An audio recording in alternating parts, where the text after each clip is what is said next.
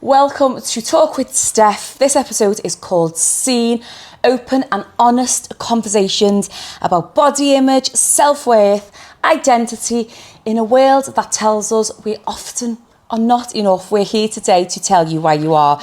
And I'm super excited. My guest today is an actor who has spanned over 2 decades on your screens, best known for his iconic role as John Paul McQueen in Hollyoaks. Please welcome Mr. James Sutton. I'm going to give myself a clap. Give yourself a clap, you deserve it. How are you doing? Yeah, I've never been better. Is the honest answer. Okay, can we elaborate on that? Because that's normally we say, yeah, I'm all right. Yeah, I don't like to sit on the fence. I think you're either great or you're terrible. I'm doing brilliantly. I am fitter and healthier than I've ever been. My mental health is in an incredibly positive place. I am peaceful, calm, productive, ambitious. I am of service to my fellow man. I have complete autonomy over everything that I'm doing for the first time in my life, having retired from being an actor for now. I'm in charge of everything. I get up in the morning, I have a morning routine, a nighttime routine. I live with an amazing little cat. I genuinely, I can't complain about any aspect of my life. That sounds fantastic, and we'll get to why, but not just yet. Okay. We'll get to the end. Let's take you back. Let's go back. So starting out as an actor, did you ever feel the world thought they knew who you were, but you didn't feel truly seen? Yeah, it's a really interesting thing. It's really unique. Being an actor on a TV show is a very, very unique position that I don't think many people particularly understand. You lend a lot of yourself to the character. I've always taken my work as an actor incredibly seriously. The responsibility that I felt telling these storylines, these important storylines, meant a huge amount to me. And as part of that, you lend a lot of yourself to the character. Aspects of your personality, the way you hold yourself, the way you speak, your sense of humour, all of that comes out in the character. So, and as a sort of side note to that, you're in people's living rooms 5 times a week, so they feel like they have a real handle on who you are. So it's a really bizarre thing, or it certainly was a bizarre thing for me, certainly when I was first starting out, that people would come over and say, James, and they'd ask me all these questions and, you know, throw all this stuff at me. And I don't know these people. They don't know anything about me. I always found that really strange to kind of get my head around, certainly when I was sort of first starting out. I was on the show for, best part of 2 decades. I did 2 years on Emmerdale, 14 years on Hollyoaks. I've done dramas, a couple of films, I've done theatre, so I've been very visible. So the journey that I've had throughout all of that has resulted in the person that you are sat with today. I am incredibly self-aware. I have a huge amount of self-respect and self-love for myself. I know who I am intrinsically. So actually how people view me and the lens that they view me through, or their opinion of me, really doesn't matter to me at all. And is that true, what you've just said, how you are and how you feel? Have you always felt that way? If we go back to the beginning of your acting career, have you always had that self-confidence? No, goodness me, no. I think a lot of actors will probably tell you the same thing. The bit when we're on set and we're actually doing the work, that's actually a really safe place to be, which sounds, bizarre for anybody watching or listening who, for them, the thought of being on stage in front of hundreds of people or on a film or TV set in front of, all these people is a really unnerving thing. Actually, for a lot of actors, that's where we feel safest, because that's our craft. That's what we really love doing. The opportunity to play these characters and tell these stories is a really safe, unique place, and we love that, and that nourishes us. It's all the stuff outside of the acting that becomes the issue. A lot of people feel imposter syndrome, I think. Certainly I felt that when I was a younger actor. I never had a huge amount of confidence in my own ability, even when I got onto Hollyoaks and even onto Emmerdale, really. I had a very interesting sort of journey with my mental health from when I was younger. I had my first panic attack when I think I was about 17. going to a gig in Nottingham with a friend of mine at a train station, and just felt like I was having a heart attack. And it took me months to get over this. And I had no idea what it was, so I just, kind of got on. And then I had another one at drama school, and drama school was very interesting because I was, for the first time, surrounded by these incredible performers, my peers, and I felt like the worst actor in the room by a long way. These were, such talent, such confidence. They could step into all these different characters and these voices and these roles and physicalities. And I was just like, I should not be here. I am not good enough. The imposter syndrome that I mentioned. So I think a combination of having panic attacks and sort of low confidence in my own ability. By the time I got to Hollyoaks, I was like, man, I'm so in my own head. I feel like I'm getting away with it. Like, why have they cast me? Like, I'm awful. And it's only through doing the work and investing in the work and giving everything to it, really committing to the storytelling and to the characters. That's how you get through it. The only way out is through. You can't back out. You can't give a half-hearted performance because you're scared. Ultimately, it doesn't really matter what you think. It matters about the performance, it matters about the story, and it matters about the impact that it has on the audience. So I think as an actor and a performer, and from my own personal story, focusing on that side of it and taking that seriously was ultimately what got me through it, I think. So you spoke about imposter syndrome, and a lot of people, it's something everyone struggles with at one point in their life. Do you think your fellow actors in drama school felt the same way? You said they can do this, they can embody characters, they can be who they want to be, they've got this confidence. Did they? Did you not? Or...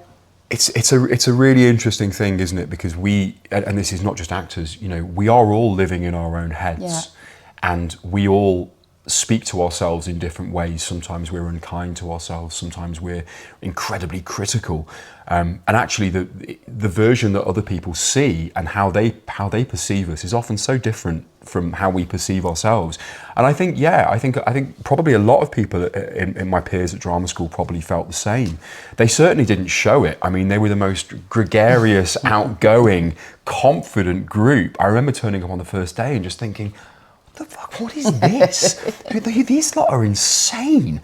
And I was just this sort of, kid from Staffordshire who just felt really out of his depth. And actually, I remember in my third year, we just did plays. So we didn't really have many classes. It was just rehearsals and plays, and we did Shakespeare, we did Jacobean, we did modern, we did a musical, we did all kinds of really interesting stuff. And they gave me the lead role in a play called The Pitchfork Disney, which is written by Philip Ridley, and it's a very dark, very intense play. It's a three-hander, there's only 3 actors in it. And we performed it in an incredible studio in the drama school in Cardiff that was, smaller than your living room and kitchen. So the audience were literally... on top of you. There. So there's nowhere to hide. And I remember getting cast, and I'd loved the play already. And I remember thinking, oh God, this is where I fall to pieces. And we had an incredible director, Kate, who was amazing with me. And by the time I got on stage, I knew the character, I knew the lines, I knew the story, I knew the journey through it, and I smashed it. And I felt so empowered, so empowered and so confident. And it was the first time that I thought, I can do this. I'll do this a lot, but I don't know what it means. I think it's positive. It's a clap. Oh. Well, you learn something new every day. I've just seen the young one. It's a clap, okay. Thank you. Thanks for that insight. I knew. And I say this as a millennial as well. Like, I shouldn't be teaching you stuff that Gen X are doing. Like, so you mentioned you got the job on Hollyoaks. Watching yourself in terms of physicality on how you looked. How did that make you feel? Did you feel you had to look a certain way? Yeah, it was a side of the show that, looking back, was incredibly unhealthy. And I don't think I'm speaking out of turn here. The show back then, for all the positive work that it did, incredible work and visibility in the LGBTQ community, for example. You know, the storylines that we covered around domestic violence, drugs, you know, all kinds of things, really important. But Hollyoaks was known as the sexy show, right? We all kind of remember that. We used to do calendars and things. And there was a certain degree of people being objectified. I know a lot of the female actors have come out afterwards and said it was not cool, that I was just expected to be in a bikini or my underwear or whatever in a scene, because that was just assumed that if you were on Hollyoaks, you were a sexy person who was comfortable being sexy. And I think, and that did translate to the guys as well. I didn't do any topless. I think I did one topless scene in my entire run on Hollyoaks. Wow. And is that your choice or the writing? My choice. Why? I didn't feel body confident at all. I was working with guys who objectively looked amazing. I mean, you know, you have to, a lot of these guys were, you know, in their 20s. When you're in your 20s, you know, it's not hard to get abs when you're in your 20s. Do you know what I mean? You have a really good metabolism, you do some sit-ups, off the booze for a few months, you get some abs. So I was working with these guys who, you know, looked amazing, and I felt so insecure. I relied heavily on my ability as an actor and my storytelling to kind of get me through. And it did, you know, they gave me a lot of the kind of really big storylines and the heavy lifting. So I obviously had some value to the show and to Channel 4. But in terms of getting my kit off and doing topless stuff, there was just no way. I didn't feel comfortable. And when we look back, was that imposter syndrome, or you wasn't at your fittest aesthetically? Is it something you regret looking back, and you look back and you go, I was absolutely fine, because we've all done that? I didn't take care of myself. Okay. You know, I've been very honest and very open about that in recent years. It's funny, isn't it? You know, I think we often only get perspective at a later date when we look back and we think, man, you know, I should have made better choices. You know, you have to understand, when you join a show like that, nobody sits these kids down and says, right, this is how you behave, this is what's expected of you. Nobody says that.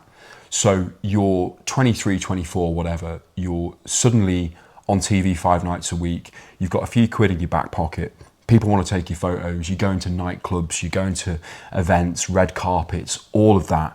There's drink involved, there's drugs whenever you want them. And I fell victim to that. I fell down that rabbit hole, and as many do. Yeah. I mean, yeah. Look, you know, I don't beat myself up about it, but no, I was not in good shape. I didn't go to the gym. I didn't do any exercise. I drank heavily. I smoked. I used drugs. I partied. I stayed up late. I sometimes stayed up most night. You know, there were a few occasions where I stayed up all night and went to work, for example. I mean, just shocking behaviour, really. But got through it. And at the time, there was a culture of that kind of behaviour. It was fine as long as you did the work. And I did the work to a pretty high standard. Could I have done better if I'd have taken better care of myself? Yeah, absolutely. Would I have been a more centred human being? 100%. Would I have been a better colleague? Undoubtedly. Would you be here today where you are if you'd have... I mean, you know, who knows? You know, as I said at the top of our conversation, I am doing really well. I feel really good. I am in an incredibly great place. So whatever path I've been on to lead me here was clearly the right one for me. If you can take me back as a straight man, accepting a role as a gay man, I don't know many straight men who would be really 100% comfortable with that. And, you know, we can go into why that is. And, you know, they probably lack self-confidence or whatever. I think actors are different. Actors are very open-minded. Exactly that. But at such a young age, especially when you speak about imposter syndrome and how you looked and you wasn't fully confident at that age, what was that process like? Was it an instant, yes, I'll play this, absolutely no problem? 100%. 100%. You know, I should sort of caveat the fact that I felt imposter syndrome at stages throughout my life by saying that as a performer, the more responsibility that I was given, the more I grew in confidence. And the impact that the storylines that I portrayed, especially on Hollyoaks, were huge. I mean, culturally, the John, Paul and Craig storyline, which is the one that I'm known for the most, which was where my character fell in love with his best friend and, you know, came out to his family and his friends and went on that journey, was a reflection of so many young men at the time who were watching the show, you know, with their grandparents in the living room, and for the first time were seeing this and thinking, oh my God, that's me. Or were watching it secretly in their bedroom, you know, because it was the only time that they felt validated and felt seen. So in terms of taking on the role, I just relished that responsibility. I took it very, very seriously. John Paul, the character that I played, his early years when he fell in love with his best friend and came out, and there was homophobic bullying, and he hated himself, and this whole kind of rich storyline was based on my exec producer at the time, Brian Kirkwood. It was his story. That's what he went through when he grew up in Brighton, that thing. So he was so heavily invested in it that every beat, every nuance, every line, every scene was exactly as it should be. Wow. Goosebumps there, knowing that was someone's story. Yeah. This storyline could be today. Mm-hmm. And I know there are lots of storylines and the queer community and storylines around that on TV, but in terms of after your storyline, things kind of got better for that community, but I feel like now, you know, the bullying, it's kind of back again.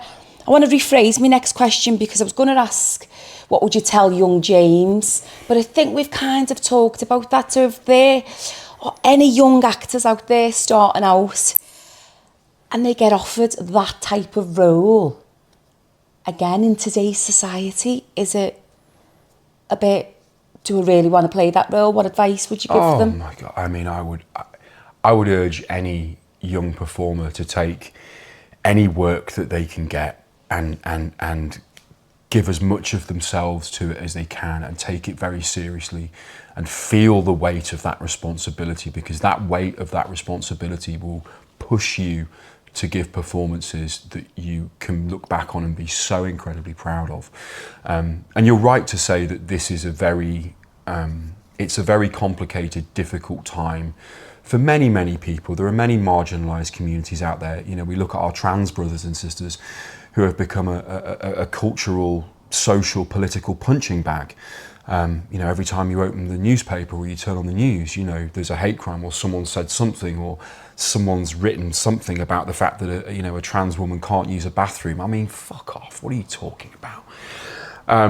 But we have, at the same time, the counter to that is that we have people like Russell T Davies making these incredible dramas that are front and centre of the programming and telling these stories. So there is always a pushback to this, and I think it's really important that we don't get too caught up in the day-to-day, and we don't listen to the rent-a-gobs on some of those platforms and who write in some of those newspapers, because they are not the voices that we should be listening to. You have to find the thoughtful, provocative, interesting voices who are telling the real stories that really matter. You know, the stories about the LGBT stories, our black and Asian communities. You know, we elevate those stories. It's stories about immigrants, all of these things. That's how we affect change, I think. So for anyone, any actor listening, you know, it's so important. Get involved, do that work. Become part of something really important, make a difference. It's the beauty. Art is one of the most important things that we have. It's why so many successive, not to turn this into a political conversation, but it's why so many successive conservative governments don't value art, because art holds up to truth. Art is what, you know, it's so vitally important. Music and poetry and spoken word and theatre and television. And this is how we hold these people to account, by telling these stories. And that's why it's so important, and that's why any young actor should get involved. Just to echo, not to turn this into a political debate. But we can, so we will. But we can, so we will. So let's do it. Why do you think so many creatives, apart from one or two, lean a certain way politically? you know, that whole speech you've just given about our trans community, Black and Asian communities, what is it about I feel so safe and seen in and around actors or anyone creative? You can't be a successful creative and a successful artist unless you value the human experience and you understand the human experience. And part of understanding the human experience is to speak to and to validate and to see our communities and people who are different to us and understand them. That's how we grow. That's why art is so important, because it's inclusive for the most part, I think. And you know, artists, we are the other as well. Yeah. You know, we are, for many, many years, art has not been considered a proper job. It's not been, you know, it's not thought of in the same realm as, you know, going into work in finance or law or whatever. Artists are often people who are from lower income backgrounds, who are from, you know, from trauma and poverty, and have a story to tell and have something really valuable inside them. That's why they become artists. Some of our favourite musicians, some of our favourite actors have been through shit, and that's why they make this incredible art. It's their way of expressing themselves. So there is a link, I think, between people who are marginalized and who are looked down upon and who maybe don't feel like they have a voice, who feel like they have to create their own voice. And that, I think, is what separates, certainly politically, artists from a lot of other people. You know, they are special people. I think that deserves the full clap. I'm going to full clap that one. I'll do 2 fingers. Bravo, darling, bravo. Absolutely well said. Let's go to social media. I think, you know, I find social media so positive for so many reasons, but at the same time, it's so negative for so many reasons. Young actors on social media, do you think it helps them be more authentic, or is there a pressure on young actors putting themselves out on social media to show up a certain way? I think it depends on the individual, ultimately. I think it depends on where someone is in their journey. If you are someone who has a strong identity and knows who you are and what direction you're headed and has made peace with the things that you've been through, social media can be an incredibly positive place. If you are not like that, if you are someone that compares yourself to other people and feels like you constantly have to live up to a certain expectation that is placed upon you by people that you don't even know on a little screen, then of course social media is going to be damaging. We often talk about young people being affected by social media. I think it's my generation that are affected the most by social media. Can you elaborate? We didn't grow up with social media. Young people today, it's all they've ever known.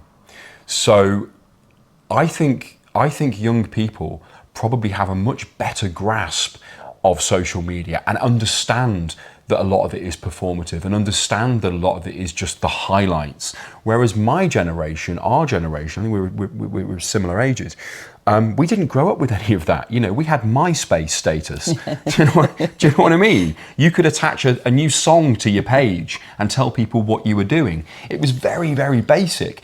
So for our generations, all of a sudden, you know, the past 10, 15 years, it's just become heightened and heightened and heightened, this idea that you must be living a perfect life. I see it all the time. I know people who don't live brilliant lives, but if you saw their social media, you'd think they were the most socially active, fit and healthy, incredibly well-balanced people. And I see their content and I'm thinking, I know that's nonsense. I know that that's literally the highlights that you've put together because I speak to you privately and I know that you're struggling. So it's a really kind of interesting dichotomy, but I think it's our generation that have struggled the most because we've just had to adapt to this idea that everything has to be perfect. I might disagree with that because if I look at myself, I'm really confident in who I am and what I am. So I will show up on social media with no makeup on. I don't care what I'll say. If something goes wrong, that's fine. I'm really secure with who I am. So it doesn't affect me. I get lots of trolls. They can call me what they want about my appearance, and I'm loud, and I'm not a scouser, and all that type of thing. And it literally just goes over my head. And I think that's because of my age, possibly the work I've done to get to that place. But I see a lot of young people on there, young people whom I know, who pretend to have this perfect life. And that's what I mean. It depends on the it person. Does. You're right. You said it. It's nuanced. You said it yourself. It is very nuanced. You used the words there twice. I am secure in who I am. That as a principle means that if you do put yourself out on social media, you can be as authentic as you want, because it doesn't matter what you say to me. I am secure in who I am. So yes, there is probably a pushback that some young people aren't secure in who they are, and probably again, it's such a nuanced conversation. Social media has become this. I actually think it's unfair to call it social media. I'm not sure social media is what it's become. For the most part, it's advertising and marketing media now. Everybody is marketing themselves or a product or a podcast or what they're doing. It's not social media in the way that I remember it and the way that it was invented. You look back to MySpace, that was social media. You were being social with people, and it's changed so much. The algorithms, for example, I mean, I don't have TikTok anymore. I just had to step away. I got a community warning on TikTok because I reminded a big channel that Conor McGregor is a rapist. And and I was the one that was punished for reminding people that Conor McGregor, it was just bizarre. And I thought that was the final straw. But yeah, I think the algorithms on these things are so dangerous and so deep, and are designed to keep us scrolling, constantly scrolling, little dopamine hits, little dopamine spikes. It's so dangerous. I grew up on MySpace, as you said. You had your picture, and then you could choose who your best friends were. And their pictures went first, second, or third, fourth, and it was just, and that was it. And you had your opening song, and at the time I was recording music, so I was like, it was me and my opening song, and someone you'd send an inbox, and it was just lovely and light and fluffy, and we've changed. We're coming to the end, and I think my last question, and I think we have touched on this. This episode is called Seen, and it is about telling. I was going to say young people, but I'm not going to say that. I've changed my mind, James. Changed my mind. I'm going to say everyone, men and women, just how to love themselves and be accepting of who they are and not being influenced by social media. This whole thing is about inspiring. I keep going to say young people. It's about inspiring people. They are enough.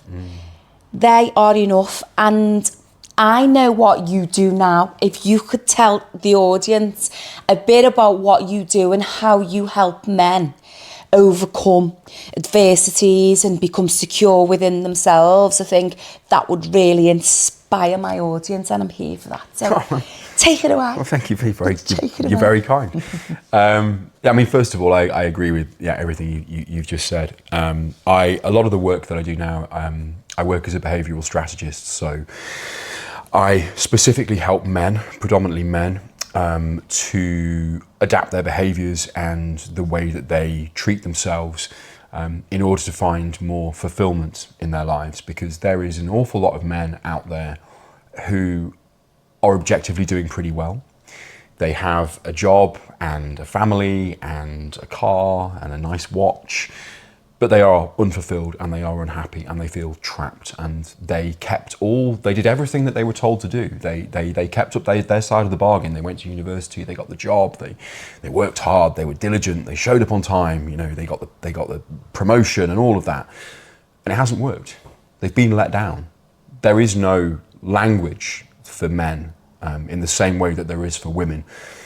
Women, if I may make not a bold claim, but a claim, women allow each other the space to talk about their feelings and to say, I'm not okay. Female friendship is very easy to define. I think women are very kind to each other and they check in on each other and they text it, how are you, babe? Is everything okay? Men don't do that for a start. So there is a mental health aspect to that.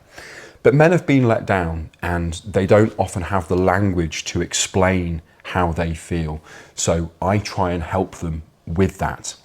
And some of the work, a lot of the work that I've done is around self-trust, around the notion that we are all unreliable to ourselves. We let ourselves down all the time. We break tiny promises to ourselves all the time. And a lot of the time we outsource our reliability. So as I say, you go to work and you're a good employee, you're reliable at work, you're someone that people look up to and rely on. But privately you have no credibility because you let yourselves down and you put it off, you put the work off, you don't go to the gym, you don't learn the language, start the business, find the time to sit down and figure out who you are because you let yourself down. Do you think that is, sorry to interrupt, no, but please. when you said you let yourself down, do you think that is because they set, I know I can do this, I set unachievable targets, big targets, okay, I need to change, so I need to do X, Y, Z, and these are really big things that I need to do.